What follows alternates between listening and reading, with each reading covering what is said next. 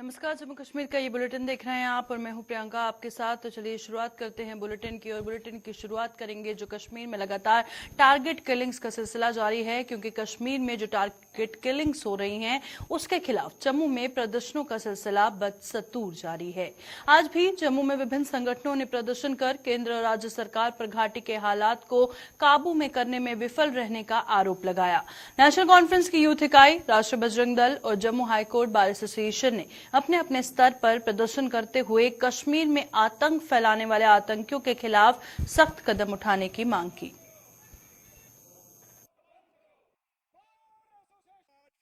एक बार ये कहना चाहते हैं कि सख्ती के साथ जो भी लोग पीस डिस्टर्ब कर रहे हैं कश्मीर के अंदर, या हमारी यूटी के अंदर, या किसी और दूसरी जगह जहां जहां ये पीस डिस्टर्ब हो रहा है, ऐसे लोगों को कड़े हाथों लेना चाहिए, इन लोगों को अरेस्ट करना चाहिए, इनको सलाखों के पीछे बंद करना चाहिए। इन लोगों को किसी किस्म की भी जो छूट है वो स्टेट की तरफ से नहीं होनी चाहिए। आज हमारे वकला साहिबान बड़े एजिटेटेड हैं। हमारा जम्मू सूबे के सारे लोग जो पीस लविंग लोग हैं वो बड़े एजिटेटेड हैं और वो अपील करते हैं सभी पीस लविंग लोगों को कि आप सभी लोग यूनाइट हो जाइए और कोशिश करिए कि ये जो गंदा एलिमेंट हमारी सोसाइटी के अंदर है, चाहे वो कश्मीर वैली के अंदर हो या किसी दूसरे हिस्सों में हो, ऐसे जो गंदे एलिमेंट हैं इनको इमीडिएटली चेक करना चाहिए, कंट्रोल करना चाहिए और इनके बारे में जो इन्फॉर्मेशन है वो हमेशा एडमिनिस्ट्रेशन को प्रोवाइड करिए, ताकि ऐसे लोग, ये आतंकवादी यही चाहते हैं कि हिंदू यहाँ से पलायन करे। मैं पूरे देश के हिंदू से आह्वान करना चाहता हूँ कि हिंदू सभी कश्मीर की ओर बढ़े और उन हिंदुओं की दीवार बने, उन हिंदुओं का सहयोग करें जो कश्मीर के अंदर आतंकवाद के खिलाफ लड़ रहे हैं। जब हिंदू कश्मीर के अंदर घुसेगा तभी ये आतंकवाद जो है वो रुकेगा और यहाँ पर सरकारों को सख्त जो है अपनाना पड़ेगा। अगर इसी प्रकार से ढीले रवैया रहे तो हिंदू मरता रहेगा, जो हम सहन नहीं करेंगे। पूरे देश के अंदर आज हिंदू रोषित है, आज पूरे देश के अंदर हिंदू चिल्ला रहा है सड़कों के ऊपर कि हिंदू को बचाने का काम कश्मीर के अंदर सरकार करे, लेकिन सरकार अभी तक इसमें विफल हुई है।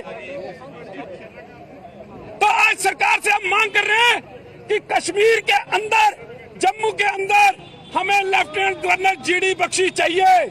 सेंट्रल गवर्नमेंट को और स्टेट गवर्नमेंट को ये बता देना चाहते हैं कि ये किलिंग्स बर्दाश्त नहीं की जाएंगी। वो हमारे अपने लोग हैं जो मारे जा रहे हैं, टारगेट किलिंग्स हो रही हैं। कंप्लीट फेलियर है सेंट्रल गवर्नमेंट का, इंटेलिजेंस एजेंसीज का, कि वो हमारे लोगों की जान को हिफाजत नहीं कर पा रहे हैं। हमारे एम्प्लॉयज वहाँ पे नौकरी करने गए हैं, कोई गोली खाने के लिए नहीं गए हैं। अगर आज पहले फारूक अब्दुल्ला को जिम्मेवार ठहराया जाता था कि फारूक अब्दुल्ला जिम्मेवार है एक्सोडस का, तो आज फिर से वो सिचुएशन जो बन रही है 90s में, इवन के तब फारूक साहब की गवर्नमेंट भी नहीं थी, फिर भी जिम्मेवार ठहरा रहे हैं। आज भी तो गवर्नर रूल ही है, आज भी तो सेंट्रल गवर्नमेंट में मोदी साहब की सरकार है, एनडीए की सरकार है, बीजेपी की सरकार है, तो फिर क्या हो रहा है? यानी कि अगर आप वहां पे ठहराते थे, इल्जाम देते थे फारूक अब्दुल्ला को, आज हम किसको इल्जाम दें फिर इस बात का?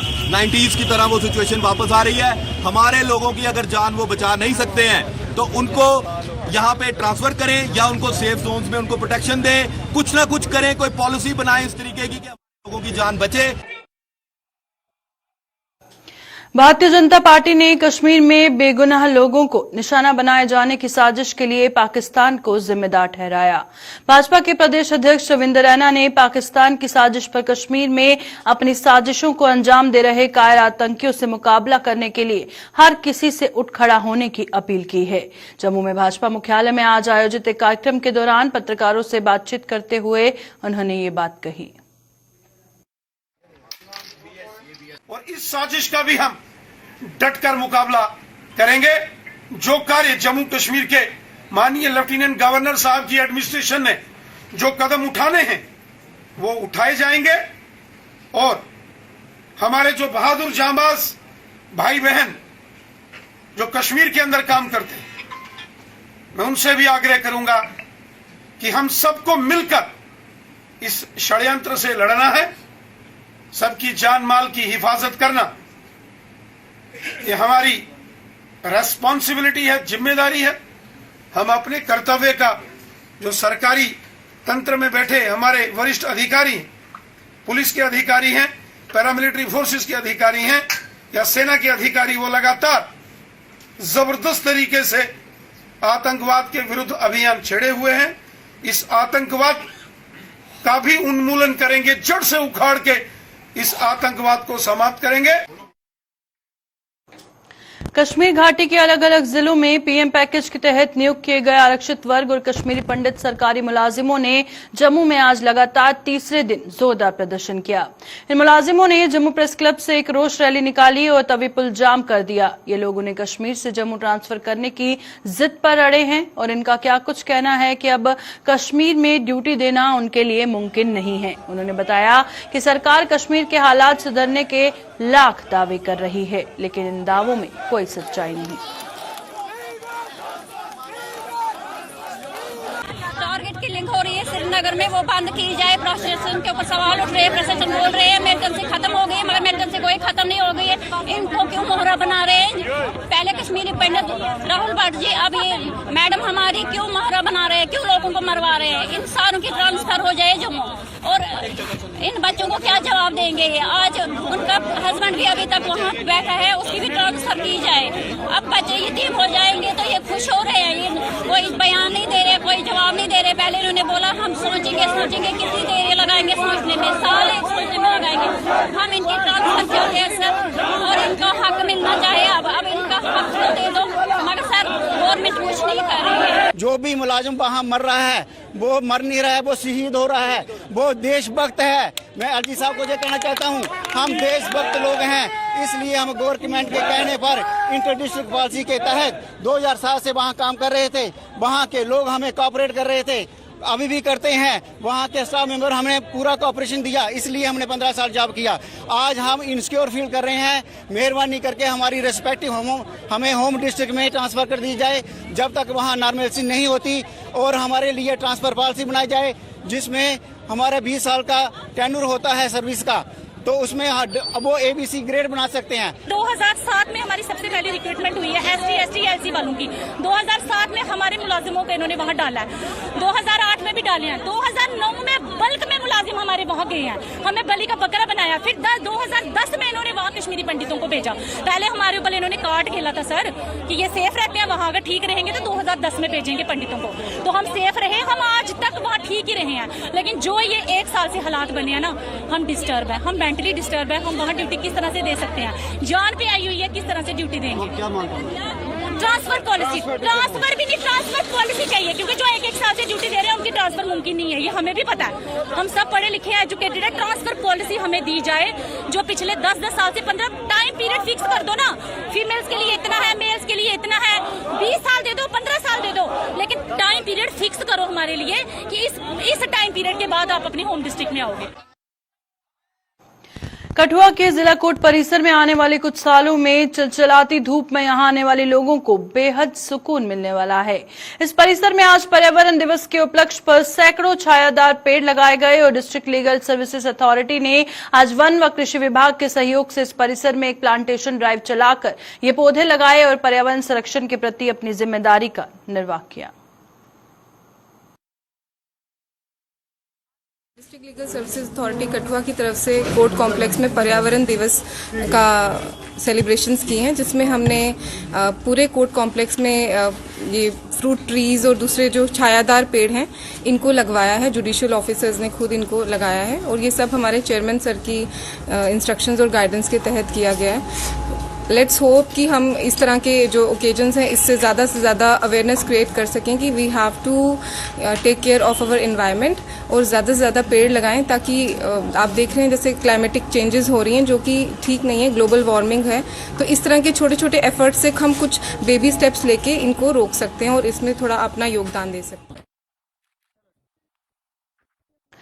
सोपोर के एक युवक ने अगर बात करें MSc टेक्नोनॉमी के लिए लंदन के इंपीरियल कॉलेज की फेलोशिप हासिल कर अपने अभिभावकों का नाम रोशन किया। सोपोर के नोपोरा कलां इलाके के निवासी सुहेब फिरदौस यत्तू नाम के इस युवक ने ये उपलब्धि हासिल कर अपनी प्रतिभा का परिचय दिया, जिसका हर कोई कायल होकर रह गया है। सुहेब के मुताबिक फेलोशिप हासिल करने से उसका सपना पूरा हुआ और इसके लिए वे पिछले करीब 5 सालों से संघर्ष कर रहा है।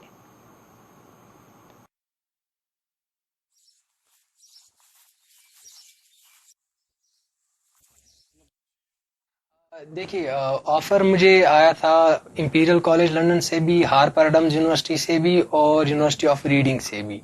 तो पर उनका ये रहता है कि उनका अपना इंटरनल स्कॉलरशिप इसका नहीं होता, तो एक्सटर्नली मुझे स्कॉलरशिप के लिए अप्लाई करना पड़ा, जो कि इनलैक्स स्कॉलरशिप, इनलैक्स फाउंडेशन वाले वो स्कॉलरशिप देते हैं।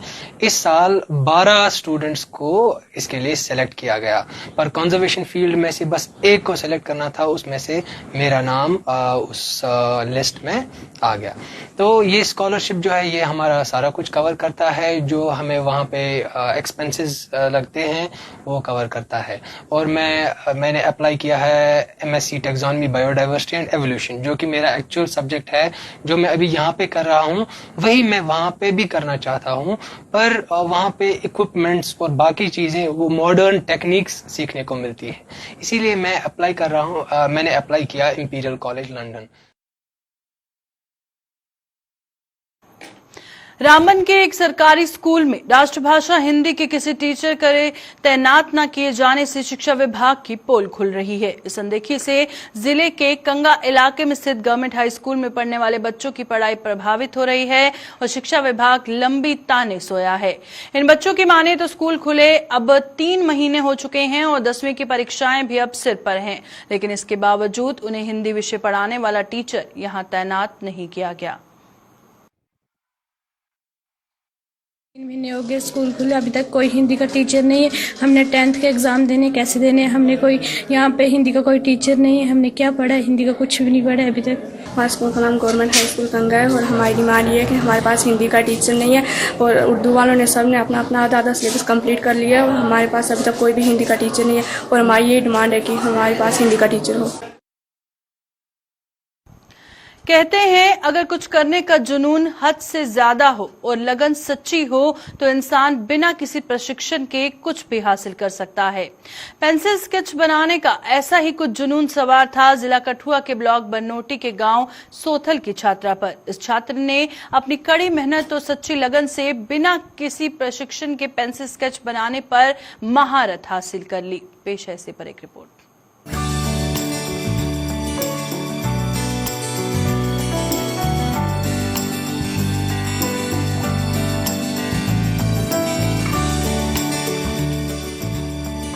पेंसिल स्केच बना रही ये युवती कोई आर्टिस्ट नहीं है, बल्कि जिला कठुआ के ब्लॉक बरनोटी के गांव सौथल की रहने वाली बीएड की छात्रा रिताम्बरा है।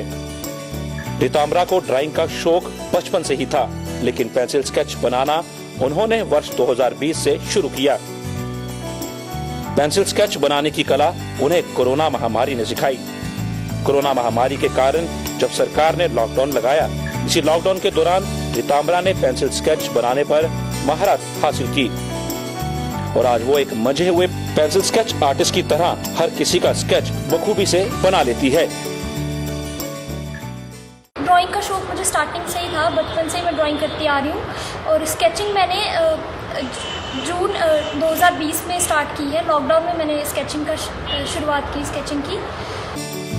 रिताम्बरा ने पेंसिल स्केच बनाने का प्रशिक्षण कहीं से भी नहीं सीखा है, लेकिन अपनी कड़ी मेहनत, सच्ची लगन और स्केच बनाने के जुनून ने उसे आज पेंसिल स्केच बनाने में सक्षम बना दिया है। बचपन से ड्राइंग करती हूँ, लेकिन जो स्केचिंग है वो मैंने कहीं से सीखी नहीं थी, वो बस अपने आप ही मैंने प्रैक्टिस कर करके ही बनाना सीखी है। रिताम्बरा के मुताबिक पेंसिल स्केच बनाने में पहले उसकी कोई रुचि नहीं थी, लेकिन उनके पिता स्कूल हेडमास्टर सुखदेव सिंह ने उन्हें पेंसिल स्केच बनाने की ओर प्रेरित किया। रिताम्बरा का मानना है कि जिसकी ड्राइंग अच्छी है, उसे स्केच बनाने में रुचि है, तो वो भी थोड़ा सा अभ्यास करने के बाद अच्छा पेंसिल स्केच बना सकता है। पापा ने मुझे बोला कि सिर्फ ड्राइंग ही नहीं करनी है, अगर मैं फेस बना सकती हूँ, अगर मैं उसकी प्रैक्टिस करूँ तो शायद मुझे स्केचिंग भी आ जाए। तो मैंने बस 1-2 सिंपल फेसेस बनाए थे जो कि एकदम परफेक्ट तो नहीं बने थे, लेकिन फिर जब मैंने उसकी प्रैक्टिस की तो वहाँ से मुझे आइडिया लग गया कि अब मैं स्केचिंग बना सकती हूँ। ड्राइंग अगर जो कर सकता है वो, क्योंकि मैंने आपको बताया कि मैं पहले से स्केचिंग नहीं करती आ रही हूँ, मैं पहले सिंपल ड्राइंग ही करती थी। तो जिनको अगर नॉर्मल ड्राइंग भी आती है तो मुझे लगता है कि वो भी स्केचिंग सीख सकते हैं, कर सकते हैं, बस प्रैक्टिस की ज़रूरत है और ये बहुत ही अच्छी फील्ड है। कहते हैं अगर लगन सच्ची और सिर पर कुछ करने का जुनून सवार हो तो दुनिया का हर असंभव कार्य संभव हो जाता है। वीडियो जर्नलिस्ट नदीम इकबाल खटोच के साथ अश्विनी चंदेल की रिपोर्ट।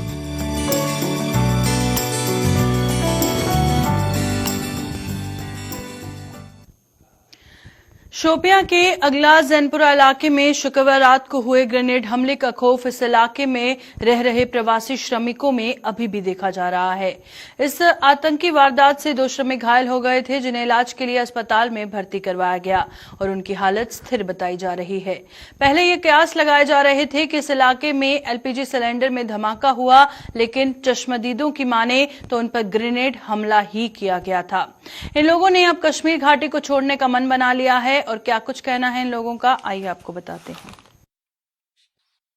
नहीं पता सर, यहाँ बाहर से मारे, हम लोग खुद आंख में देखे थे।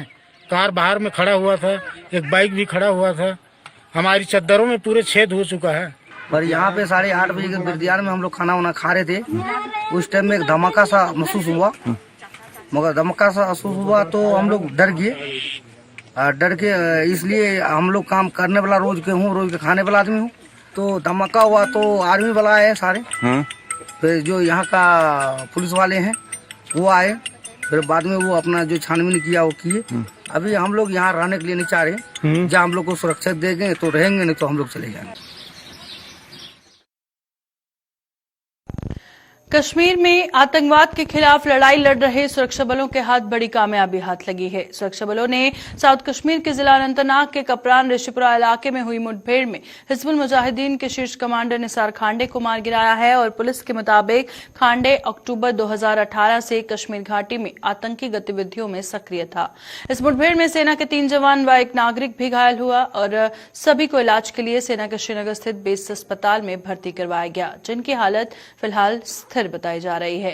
मुठभेड़ स्थल से एक AK-47 राइफल, एक AK मैगजीन व अन्य हथियार और गोला बारूद बरामद किए गए हैं और आधिकारिक रिकॉर्ड के अनुसार दूरू अनंतनाग का रहने वाले आतंकी निसार अहमद खांडे 12 अक्टूबर 2018 से अनंतनाग जिले में सक्रिय था, जिसके खिलाफ काफी मामले दर्ज थे। ये मुठभेड़ शुक्रवार शाम को शुरू हुई और अंधेरा होने वाले इलाके में और आतंकियों की मौजूदगी की आशंका को देखते हुए सुरक्षा बलों ने अभियान को सुबह तक के लिए टाल दिया और सुबह तड़के जब सुरक्षा बलों ने मुठभेड़ स्थल की तलाशी ली तो वहां हिजबुल मुजाहिदीन कमांडर निसार खांडे का शव बरामद किया गया।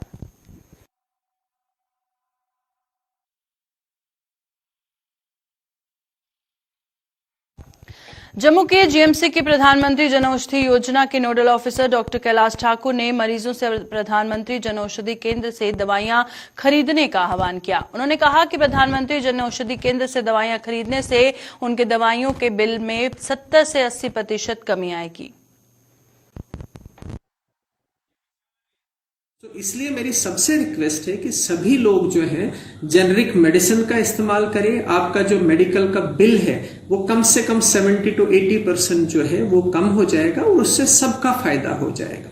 जहां तक बात मेडिसिन की अवेलेबिलिटी की रही तो हमने एसोसिएटेड हॉस्पिटल में हर एक हॉस्पिटल में एक शॉप जो है इस परियोजना के तहत खोली हुई है और बहुत अच्छी तरह से चल रही है। सेंट्रल जो एजेंसी है उसके पास कम से कम 1400 से ज्यादा मॉलिक्यूल जो है वो जेनरिक मेडिसिन के अवेलेबल हैं। अभी हमारे पास जो शॉप्स खुली हैं उनमें से कम 150 से 200 मॉलिक्यूल जो हैं वो अवेलेबल हैं, जो लोग जो है उनका फायदा उठा रहे हैं। अभी बाकी जो मॉलिक्यूल्स हैं वो सप्लाई में कोई इश्यूज हैं, वो भी आने वाले दिनों में हम कोशिश कर रहे हैं कि वो डिस्ट्रीब्यूटर्स से बात करके वो सप्लाई जो है ज्यादा मॉलिक्यूल्स करें ताकि ज्यादा और लोगों को जो है फायदा पहुंचाया जा सके। डायरेक्शंस हैं उसका ये है कि हमारी मेजॉरिटी पेशेंट जो हमारे ओपीडीज में आते हैं तो या आईपीडी में पेशेंट्स आते हैं तो वो सभी पेशेंट्स को जो है अगर वो हॉस्पिटल सप्लाई में नहीं चीजें अवेलेबल हैं तो आजकल तो हम आयुष्मान भारत में अगर पेशेंट रजिस्टर होता है तो उसका 0 पैसा जो है वो हॉस्पिटल में खर्च होता है, तो उसकी सप्लाई या जन औषधि शॉप से ली जाए या हम अमृत स्टोर जो है वो भी हमारे हॉस्पिटल्स में अवेलेबल है। तो कैंसर पेशेंट जो है वो अगर आयुष्मान भारत स्कीम में रजिस्टर्ड होते हैं, जो आयुष्मान भारत सेहत स्कीम है हमारे यूटी में 100% जो फैमिलीज हैं उसमें कवर्ड है, तो उसमें जीरो खर्चा जो है पेशेंट को होता है और सारा कुछ जो है वो हॉस्पिटल ही अवेलेबल करवाता है। जम्मू के गांधीनगर अस्पताल में नर्सिंग प्रोफेशनल्स के लिए एक दिवसीय प्रशिक्षण शिविर का आयोजन किया गया। अकेडमी ऑफ हॉस्पिटल एडमिनिस्ट्रेशन द्वारा आयोजित इस शिविर का उद्घाटन directorate health services doctor Salim ur Rahman और डॉक्टर यशपाल शर्मा ने किया। डॉक्टर यशपाल ने बताया कि नर्सिंग प्रोफेशन बड़ा चुनौती भरा है और बदलते समय में बड़ी संख्या में लोग इस प्रोफेशन को चुन रहे हैं और यही वजह है कि समाज में भी नर्सों के प्रति सम्मान बढ़ा है।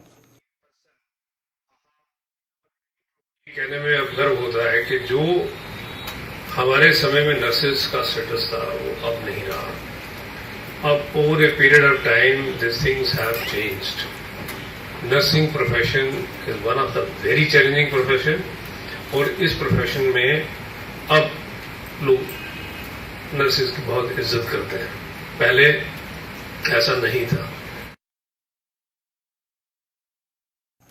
जम्मू के मड ब्लॉक में कोमनासा से सरारन तक जाने वाली सड़क की खस्ता हालत को लेकर स्थानीय लोगों में भारी रोष है।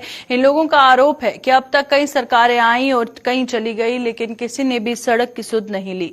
इन लोगों के मुताबिक सड़क की खराब हालत के कारण आए दिन इस सड़क पर हादसे पेश आते हैं और इन लोगों का ये भी कहना है कि बरसात के मौसम में ये तालाब का रूप धारण कर लेती है और लोगों का चलना फिरना मुश्किल हो जाता है। लोगों ने उपराज्यपाल से जल्द इस सड़क की मरम्मत करने की मांग की है।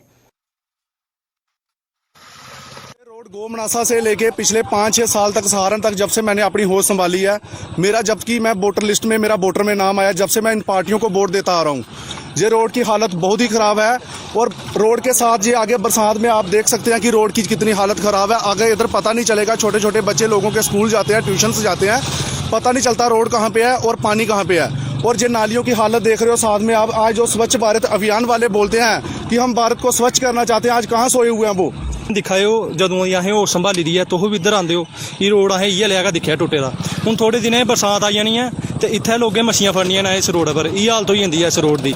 ये रोड एक किस्म दा इन्हें समुंदर बनाई ओड़ेआ, तलाब बनाई ओड़ेआ। ये रोड नहीं है, ये एक तलाब है। देखो हुण गौरमेंट LG साहब दी है, पहले BJP दी गौरमेंट ही ते कीता इन्हें किश नहीं है ते ना गै इन्हें अग्गें किश करना। असें उम्मीदां असें बस यही चाहने आं कि एक रोड बनाई ओड़न ताकि लोगों के एक्सीडेंट नहीं होन। डेली इत्थै कोई हफ्ते बाद कोई बच्चा डिगदा, कोई बजुर्ग डिग्गी जंदा, बड़े एक्सीडेंट होंदे ने, लोग बड़े परेशान ने। इसलिए अस इयै गुहार लाने LG साहब अग्गें, गौरमेंट अग्गें, एडमिनिस्ट्रेशन अग्गें कि इस रोड की पक्का किया जा। अभी के बुलेटिन में फिलहाल इतना ही। दीजिए इजाजत, नमस्कार।